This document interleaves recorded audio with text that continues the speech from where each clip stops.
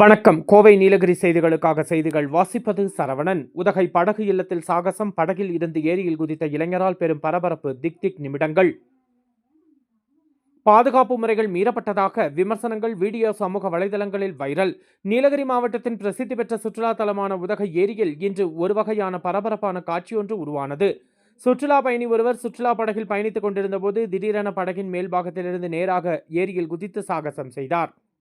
படகுல ஏறி எந்த அளவிற்கு ஆபத்தானது என்று உணராமல் தண்ணீரில் குதித்து நீந்த முயற்சி செய்துள்ளார். ஆனால் அவருக்கு நீந்த முடியாமல் தத்தளித்துள்ளார். உடனடியாக உதகை படகு ஓட்டுநராக பணிபுரிந்து வரும் காந்தல் பகுதியை சேர்ந்த அன்சாத் என்பவர் தண்ணீரில் உயிருக்கு போராடி கொண்டிருந்த நபரை உடனடியாக காப்பாற்றியுள்ளார்.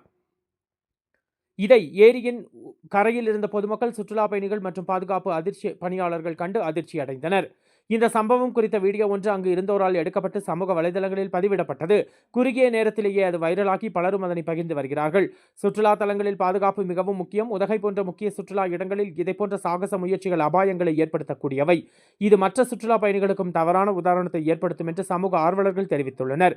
இதேபோன்ற சம்பவங்கள் மீண்டும் நடைபெறாதவாறு பாதுகாப்பு ஒழுங்குகள் வலுப்படுத்த வேண்டும் எனவும் சமூக ஆர்வலர்கள் கோரிக்கை விடுத்துள்ளனர். கோவை நீலகிரி செய்திகளுக்காக எமது சிறப்பு செய்தியாசிரியர் தமிழ் வெங்கடேசன்.